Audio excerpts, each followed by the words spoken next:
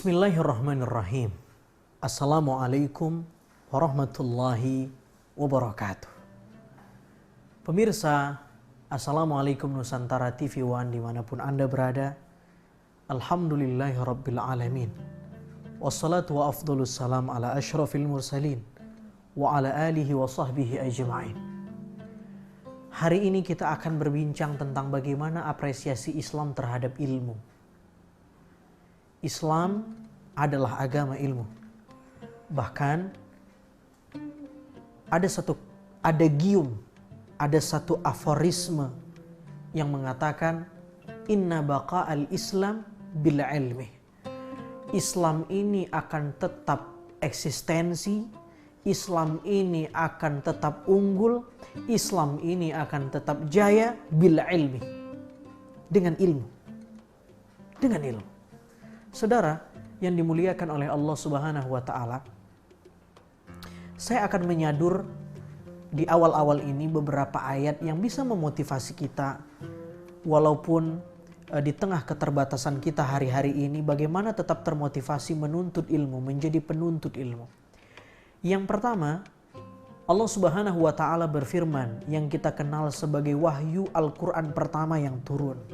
Saya menyebutnya wahyu Al-Quran pertama yang turun karena wahyu pertama yang turun bukan berupa Al-Quran, tapi ru'yatus salihah, mimpi yang benar yang dirasakan oleh Nabi selama 6 bulan pada saat-saat Nabi melakukan khalwat di Gua Hira atau Jabal Nur. Setelah Nabi bermimpi selama 6 bulan, baru Nabi mendapatkan wahyu dalam bentuk Al-Quran yang kita sebut dengan suratil Alaq. Bismillahirrahmanirrahim. Iqra. Bismi rabbikal ladzi khalaq. Khalaqal insana min 'alaq. Iqra wa rabbukal akram alladzi 'allama bil qalam 'allamal insana ma lam ya'lam. Menurut pakar Al-Qur'an, salah satu pakar Al-Qur'an, bahwa di dalam Al-Qur'an ini ada 77.439 kata dalam Qur'an. Tapi menariknya, kata pertama yang jatuh dari langit menghujam ke bumi adalah kata Iqra. Apa makna Iqra? Iqra adalah imperatif mood, fi'il amr, kata perintah yang maknanya bacalah. Bacalah. Padahal kita tahu bahwa salah satu fungsi kita diciptakan oleh Allah adalah wa ma khalaqatul jinna wal insa illa liya'budun. Bahwa tidaklah aku menciptakan manusia kecuali salah satunya adalah untuk mengibadahi Allah. Beribadah, menyembah kepada Allah. Tapi kenapa ayat yang turun justru menyuruh kita membaca, bukan beribadah? Kenapa wahyu Quran pertama yang turun kepada Nabi tidak berkata wa'bud rabbak, sembahlah Tuhanmu karena kamu diciptakan Allah, wa ma khalaqatul jinna wal insa illa liya'budun. Tapi kenapa yang pertama turun Iqra, bacalah? Padahal tujuan kita dicipta beribadah. Jawabannya banyak, tapi salah satu adalah Allah menurunkan kata pertama turun dari langit ke bumi ini sebagai wahyu Quran pertama yang menghujam di hati Nabi. Iqra, bacalah, karena membaca juga bagian dari ibadah. Kan kita diciptakan untuk beribadah. Tetapi kenapa wahyu pertama yang turun menyuruh kita membaca? Jawabannya karena membaca juga ibadah. Itu jawabannya. Dan membaca adalah salah satu aktivitas menuntut ilmu. Dan cukuplah ayat ini menjadi bukti bahwa Islam begitu mengapresiasi ilmu. Tidak ada kitab suci di muka bumi ini yang diyakini oleh manusia sebagai kitab sucinya, yang ayat pertama di kitab sucinya menyuruh umatnya untuk bernalar, berfikir sebagaimana Al-Quran menyuruh kita Iqra, bacalah. Kecuali Al-Quran. Karena itu Islam adalah agama pembaca. Jangan sampai kemudian umat muslim, kita sebagai muslim ini tidak mau membaca. Membaca alam raya ini. Membaca kondisi aktual dan faktual ini. Membaca mentadaburi Al-Quran. Apa saja dibaca. Karena itu ayat itu ya, menggunakan kata perintah tetapi tidak menyebutkan objeknya. Bacalah. Tapi apa yang harus dibaca tidak disebutkan. Iqra. Dia hanya katakan bismi rabbikal ladzi khalaq. Baca dengan menyebut nama Tuhan. Dia tidak katakan bacalah Al-Quran, walaupun konteksnya hari itu adalah Al-Quran, atau bacalah kitab ini, bacalah kitab itu, tidak. Dia hanya mengatakan bacalah, tanpa menyebutkan objeknya secara khusus. Pemirsa, apa kesimpulan berlapis yang bisa kita catat? Allah sengaja menyembunyikan objek atau maf'ul dari kata perintah itu, karena fungsinya adalah lit-ta'mim, berlaku umum, yang menunjukkan bahwa apapun boleh kita baca selagi pembacaan itu diawali dengan al-qiraah bi ta'allukillah, melibatkan Allah Subhanahu wa taala. Dan pembacaan kita itu membuat kita semakin wasjud waqtarib. Sebagaimana ayat suratil Alaq di ayat yang terakhir, wasjud waqtarib. Ayat pertamanya menyuruh membaca, sementara ayat terakhirnya ada kata-kata wasjud waqtarib, bersujud dan semakin dekat kepada Allah. Jadi siapa yang membaca, siapa yang menuntut ilmu, siapa yang belajar melibatkan Allah, motivasinya karena Allah, maka tanda-tandanya dia akan semakin dekat sama Allah dan semakin intens bersujud. Tapi siapa yang semakin kalla innal insana la yatgha ar-ra'ahu istaghna, merasa makin cukup, pongah dan jumawa, pertanda bahwa aktivitas menuntut ilmunya tidak melibatkan Allah Subhanahu wa taala. Al-qiraah bi ta'allukillah, libatkanlah Allah dalam aktivitas kita menuntut ilmu. Karena itu ulama-ulama mengajari kita sebelum kita memulai aktivitas apapun, ucapkan bismillahirrahmanirrahim. Mulailah aktivitas kebaikan itu dengan nama Allah. Karena sesuatu yang dimulai dengan nama Allah akan menyebabkan kekekalan apa yang kita lakukan. Tanpa menggunakan asma Allah, betapa hebat pun hasil pekerjaan kita, dia tidak kekal dalam penilaian Allah Subhanahu wa taala.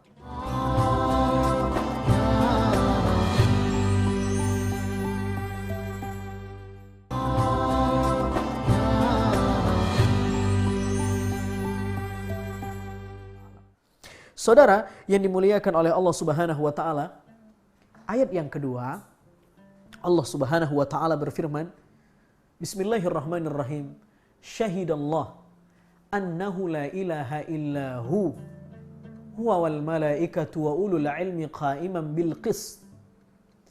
Allah bersaksi bahwa tidak ada Tuhan selain dirinya, dan demikian juga persaksian para malaikat dan orang-orang yang mempunyai ilmu, bahwa para malaikat dan orang-orang yang berilmu juga bersaksi sebagaimana persaksian Allah bahwa tidak ada Tuhan yang berhak disembah kecuali dirinya, Allah Subhanahu wa taala. Saudara, ketika menafsirkan ayat ini, Imam Jalaluddin As-Suyuti, seorang ulama yang berumur panjang dan punya karya yang banyak. Beginilah berkahnya umur Imam Jalaluddin As-Suyuti. Panjang umurnya, banyak pula karyanya. Apa kata Imam Jalaluddin As-Suyuti? Ayat ini menjadi bukti bahwa satu-satunya manusia yang bisa derajatnya sama dengan malaikat hanya orang berilmu. Hanya orang berilmu. Mana buktinya? Syahidallah annahu la ilaha illa huwa wal malaikatu wa ulul ilmi qa'iman bil qist. Allah mensejajarkan penyebutan malaikat dan penyebutan manusia yang berilmu dalam satu fragmen ayat. Menunjukkan kedudukannya sama-sama mulia di sisi Allah. Kalau ini malaikat, kalau yang ini manusia yang berilmu. Masya Allah.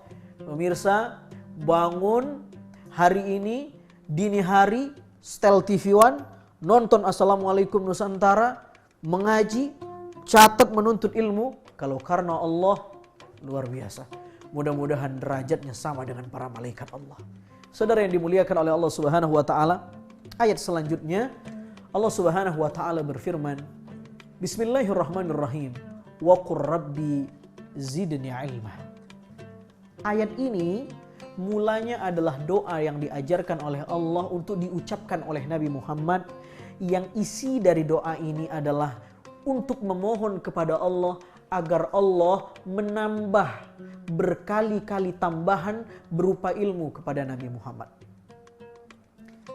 Saudara yang dimuliakan Allah, tidak ada ayat dalam Quran yang isinya minta ditambahkan kepada Allah, kita minta kepada Allah agar ditambahkan untuk kita, yang isinya adalah misal, ya Allah tambahkan aku harta, tidak ada. Ya Allah tambahkan aku jabatan, tidak ada. Ya Allah tambahkan aku power, tidak ada. Ya Allah tambahkan aku, tidak ada. Tidak ada ayat dalam Quran yang isinya minta menambahkan sesuatu kecuali ilmu. Wa qur rabbi zidni ilma. Ayat ini seolah-olah memberikan kita tazkirah, pelajaran. Hei manusia, hendaklah kamu tamak dengan ilmu. Jangan tamak kepada selain ilmu. Hendaklah kamu rakus dengan ilmu. Yang kerakusan itu membawa kamu manfaat. Karena kamu diminta untuk, ya Allah, tambahkan kami ilmu.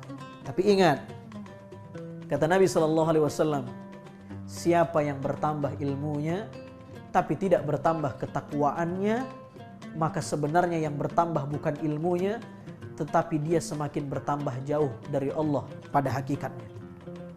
Saudara yang dimuliakan oleh Allah Subhanahu wa taala, ada satu nasihat yang bagus dari Imam Al-Ghazali, pakar tazkiyatun nufus, salah seorang sufi kaliber di zamannya. Dalam kitab Bidayatul Hidayah yang kami pegang, Imam Al-Ghazali mengapresiasi para penuntut ilmu sekaligus memberikan nasihat dan kritikan. Apa kata Imam Al-Ghazali? Kita akan coba sama-sama menyimak apa penjelasan dan nasihat Imam Al-Ghazali. Dia, qala al-muallifu rahimahullahu ta'ala wa nafa'ana bihi wa bi barakati ulumihi wa ghafara lahu wa li masyayikhihi wa li masyayikhina wa li walidayhi wa li walidina amin. Kata Imam Al-Ghazali, fa'lam ayyuhal haris ala iqtibasil ilm, wahai orang-orang yang punya rasa dahaga, punya keinginan untuk menuntut ilmu, itu bagus. Punya keinginan, punya al-hirs, semangat untuk menuntut ilmu. Al-mudhir min nafsihi sidqar raghbati fih, orang-orang yang dia memang haus untuk mendapatkan ilmu ini. Maka wa fartat ta'attushi ilaihi annaka in kunta taqsidu bi talabil ilmi al-munafasah. Kata Imam Al-Ghazali, itu bagus, tapi ingat, andaikan engkau menuntut ilmu cacat motif, niatnya cacat, kamu atau kita menuntut ilmu in kunta taqsidu bi talabil ilmi al-munafasah. Yang pertama, niat kita hanya sekedar kompetisi intelektual, jago-jagoan, pinter-pinteran. Atau kata Imam Al-Ghazali, motivasi yang kedua, wal mubahah, berbangga. Ini loh saya, ini loh ilmu atau spesialisasi yang saya punya. Anda mana? Wah. Atau yang ketiga, wa taqadduma al-aqran, wa taqadduma 'alal aqran, supaya lebih populer dibanding yang lain, lebih terdepan dibanding yang lain. Atau yang keempat motivasinya, wastimalata wujuhin nasi ilaik. Atau kata Imam Al-Ghazali, supaya Anda lebih viral, bahasanya hari ini mungkin, supaya Anda lebih viral di antara manusia yang ada dengan ilmu yang Anda punya. Atau yang kelima, wa jam'ahu tamid dunya, atau supaya Anda dengan ilmu itu bisa mengkapitalisasi ilmu Anda, atau menjadikan ilmu sebagai alat untuk memperoleh dunia. Maka apa nasihat Imam Al-Ghazali buat kita, pemirsa?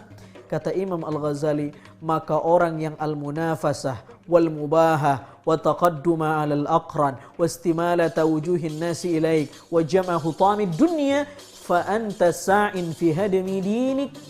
Hakikatnya, meski yang kita lakukan menuntut ilmu, tapi kalau cacat niatnya karena ingin populer, karena ingin disanjung orang, berbangga diri, kompetisi intelektual, meninggalkan perintah agama, maka fa anta sa'in fi hadami dinik, sesungguhnya engkau tengah menghancurkan agamamu. Setiap langkahmu ke majelis ilmu, setiap kedipan matamu dan hembusan nafas dalam proses menuntut ilmu, fa anta sa'in fi hadami dinik, semuanya dinilai menghancurkan agama. Wa ihlaki nafsik, mencelakai diri kita sendiri. Wa bai'i akhiratika bidunyaka. Bahkan kata Imam Al-Ghazali tidak tanggung-tanggung, sesungguhnya orang yang cacat motivasi niatnya menuntut ilmu, sebenarnya dia sedang menggadaikan akhiratnya hanya dengan dunia yang tidak ada artinya.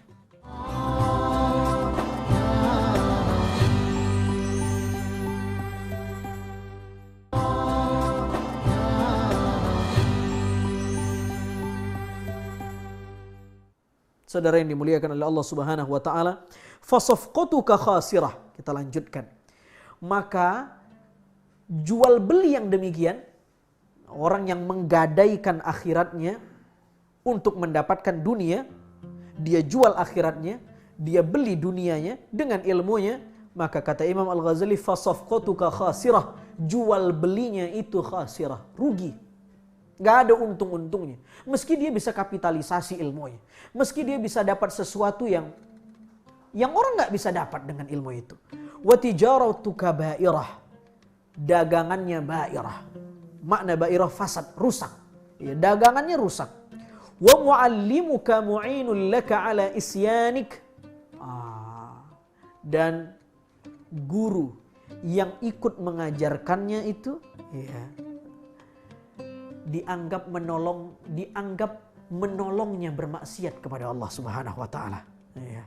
Naudzubillah min dzalik. Karena itu kalau kita baca ya nasihat para ulama-ulama dulu, bagaimana ulama dulu itu menerima murid.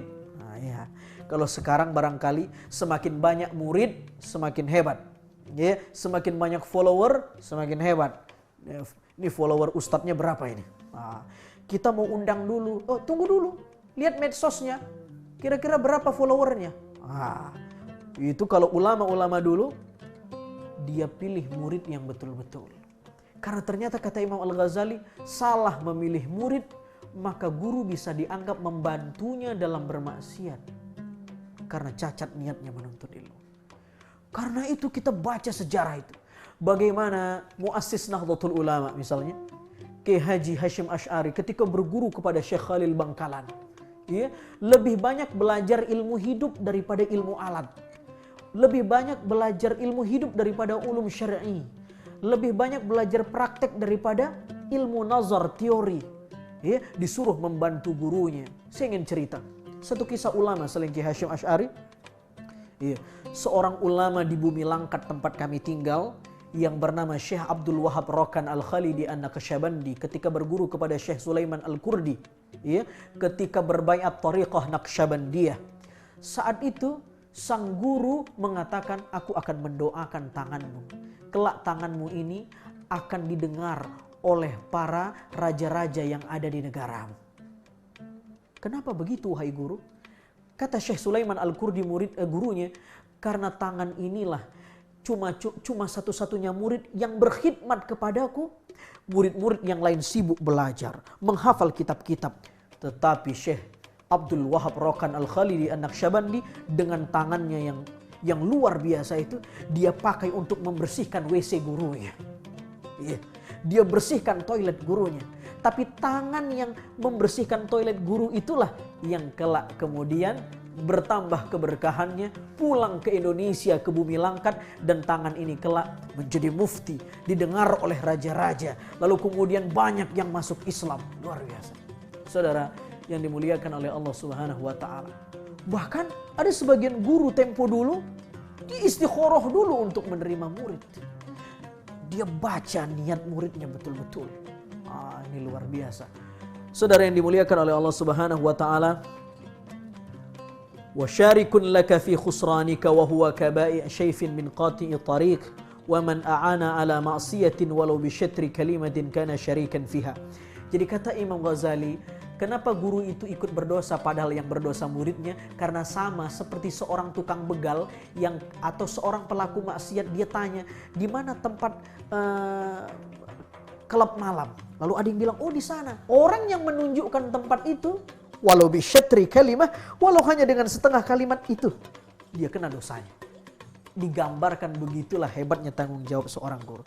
Saudara yang dimuliakan oleh Allah Subhanahu wa taala, tapi ini kabar gembira, wa in kanat niyyatuka wa qasduka fima bainaka wa bainallahi ta'ala min ta'allumil ilmi ya. Tetapi kalau niat kita itu benar-benar menuntut ilmu karena Allah, ya, al-hidayah duna mujarradir riwayah, karena pengen dapat petunjuk Allah, bukan hanya sekedar menghafal banyak riwayat dan lain sebagainya. Fa'abshir, maka berbesar hatilah, kata Imam Ghazali, bergembiralah. Fa innal malaikata tabsutu laka ajnihataha idza masyaita wa hitanal bahri tastaghfiru laka idza sa'aita.